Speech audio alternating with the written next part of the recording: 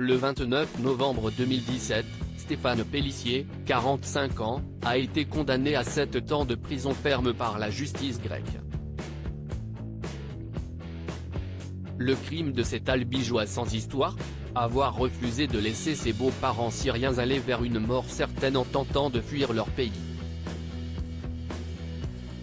Un cauchemar judiciaire qu'il raconte dans son livre « Je voulais juste sauver ma famille », édition Michel Lafon. Ce juriste, aujourd'hui père de 2 petites filles, nous explique « Si est avant tout une histoire d'amour avec celle avec qui je vis, Séna, mon épouse, brillante avocate syrienne venue en France pour parfaire sa formation. Mais, au-delà de cela, nous voulions évoquer le calvaire des millions de réfugiés jetés sur les routes de l'exil.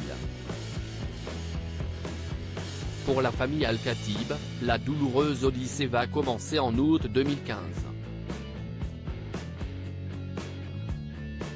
Depuis 2 ans déjà, leur fille Séna, rongée par l'inquiétude, tente de convaincre les siens de venir se réfugier en France. Prise en étau entre Daesh et le régime de Bachar el-Assad, la Syrie est alors une poudrière. L'exil a été pour eux la rencontre avec le milieu du crime resté, si risquait chaque jour les bombardements, l'emprisonnement arbitraire ou les balles des snipers. Refusant de céder à la terreur, Waïf et Saada Al-Khatib ne veulent pas se résoudre à quitter leur patrie bien-aimée. Mais, après la séquestration de Waïf et des menaces de mort, les Al-Khatib n'ont plus le choix. Ils doivent fuir au plus vite avec Anas et Mayada, leurs enfants, et tout laisser derrière eux. Dès son départ de Damas, ma belle famille a été livrée aux mains des passeurs et des arnaqueurs. Elle a été volée, menacée, maltraitée. L'exil a été pour eux la rencontre avec le milieu du crime, résume Stéphane. La descente aux enfers semble sans fin.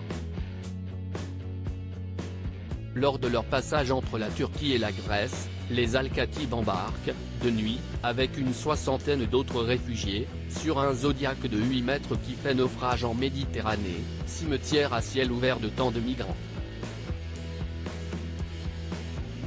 Ils seront sauvés in extremis de la noyade par les gardes-côtes.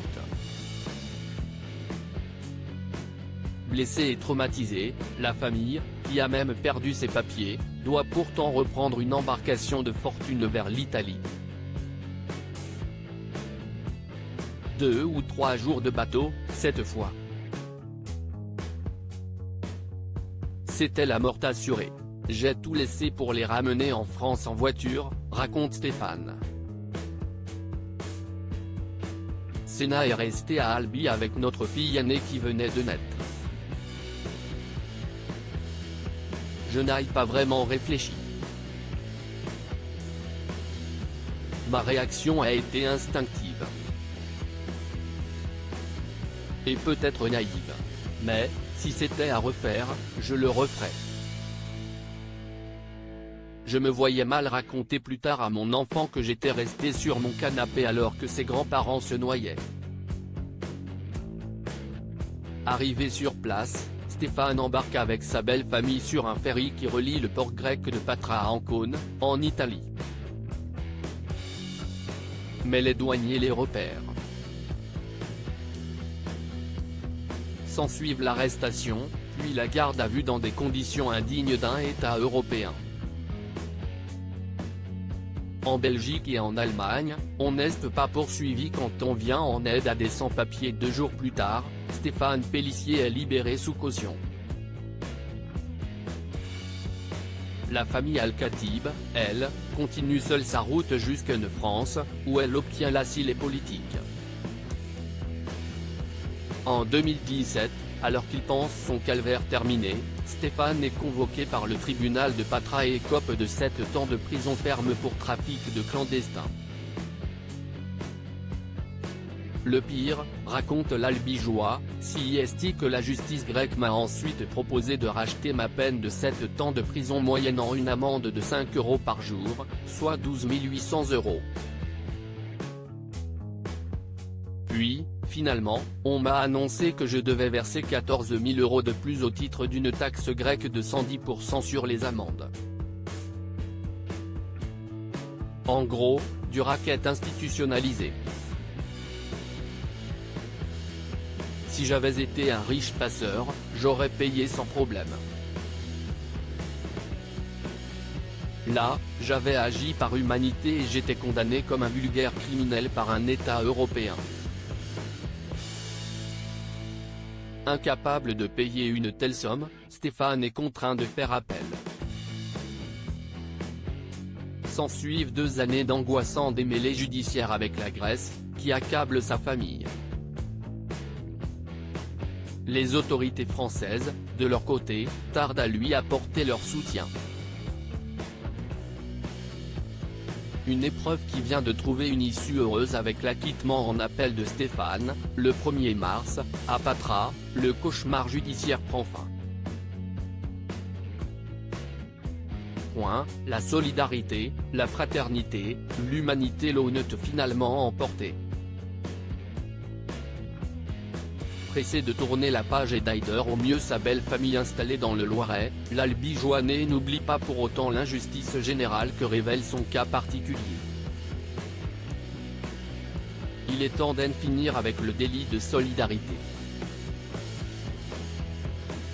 En Belgique et en Allemagne, on n'est pas poursuivi quand on vient en aide à des sans-papiers. Ce n'est pas le cas en Grèce. L'Europe, qui traverse une crise morale sans précédent, doit harmoniser sa législation. Détourner le regard face à la pire crise migratoire depuis 1945, si est renier nos valeurs. Je ne suis ni un criminel ni un héros. J'ai simplement appris sur les bancs de l'école qu'un des temps troublés il faut parfois violer des lois injustes et faire acte de résistance. Il en va de notre humanité. À propos de l'auteur de Coralie Vincent, journaliste. Coralie Vincent est journaliste sur le site Closer. FR depuis septembre 2012. Discrète et passionnée, Coralie Vincent est passionnée par l'actualité des médias et des séries télé. Ces derniers articles et Danse avec les stars 1, et bien Danser maintenant. Danse avec les stars 1, André Manoukian est le premier à quitter l'aventure Danse avec les stars 1, Rossi de Palma est éliminé, Jean-Marie Bigard déçoit.